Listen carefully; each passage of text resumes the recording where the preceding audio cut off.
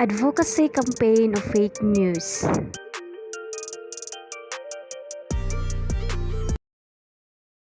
No, I can't believe it.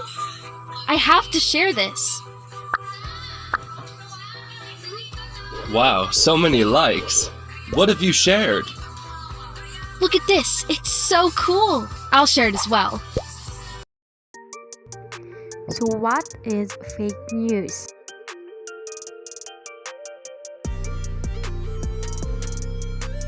This is my advocacy campaign against fake news. Every single day, we can get a different information. It's either from the radio, television, and social media. Through the high technology level, the information was instantly spreading. Wherever you are, you can face any information.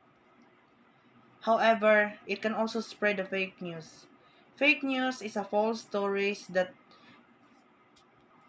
appear to be news that usually created by the other media users.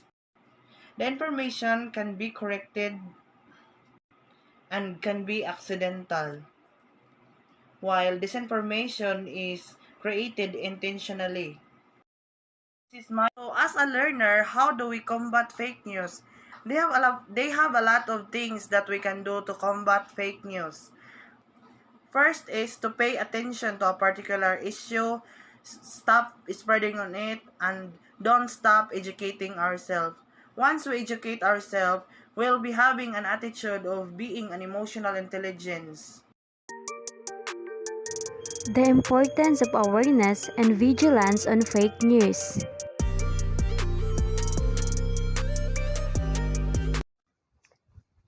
Nowadays, people can easily access endless news platforms. So that it is important for us in staying vigilant and aware on how social media platforms can spread fake news. In the time when we receive or spread information quickly, it is important to crack down fake news and focus on real news for the sake of a peaceful community. Fake news may affect the lives of people in the community. We should not believe everything people say what comes out of their mouth. Don't matter much as long as we think critically and act sensibly. Awareness and vigilance steer ourselves in the right direction. Having enough knowledge of how awareness on fake news is important to us, it makes us away from danger, chaos, and it provides peaceful and orderly security to everyone. The consequences of fake news. What are the consequences of fake news? According to the Republic Act No. 10951, Section 18, Article 154, unlawful use of means of publication and unlawful utterances.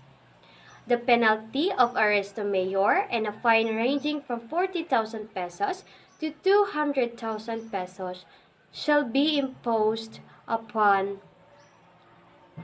any person who by means of printing, lithography, or any other means of publication shall publish or cause to be published as news any false news which may endanger the public order or cause damage to the interest or credit of the state.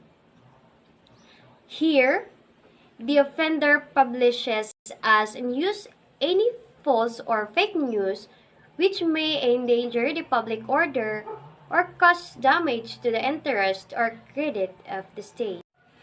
Any person who by the same means or by words, utterances, or speeches shall encourage disobedience to the law or to the constituted authorities or praise, justify, or extol an act published by law.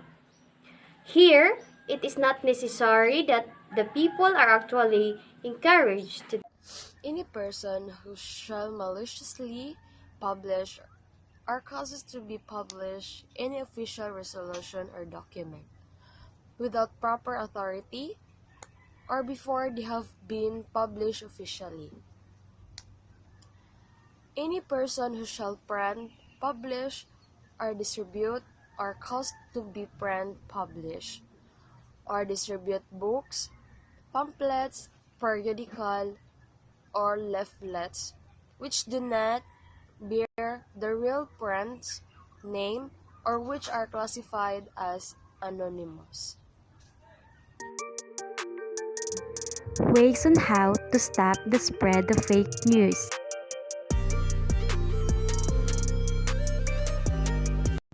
First, assess the source of the content. Does it appear legitimate? Look for an About section to learn about the site's purpose. Next, read the story past the headline. Some people react and share stories without reading them all the way through. Also, look for bylines and credits.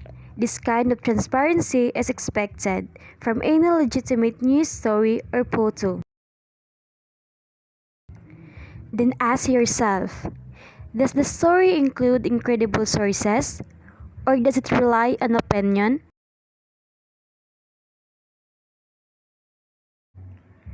And be sure to check when the content was published, just in case it's outdated.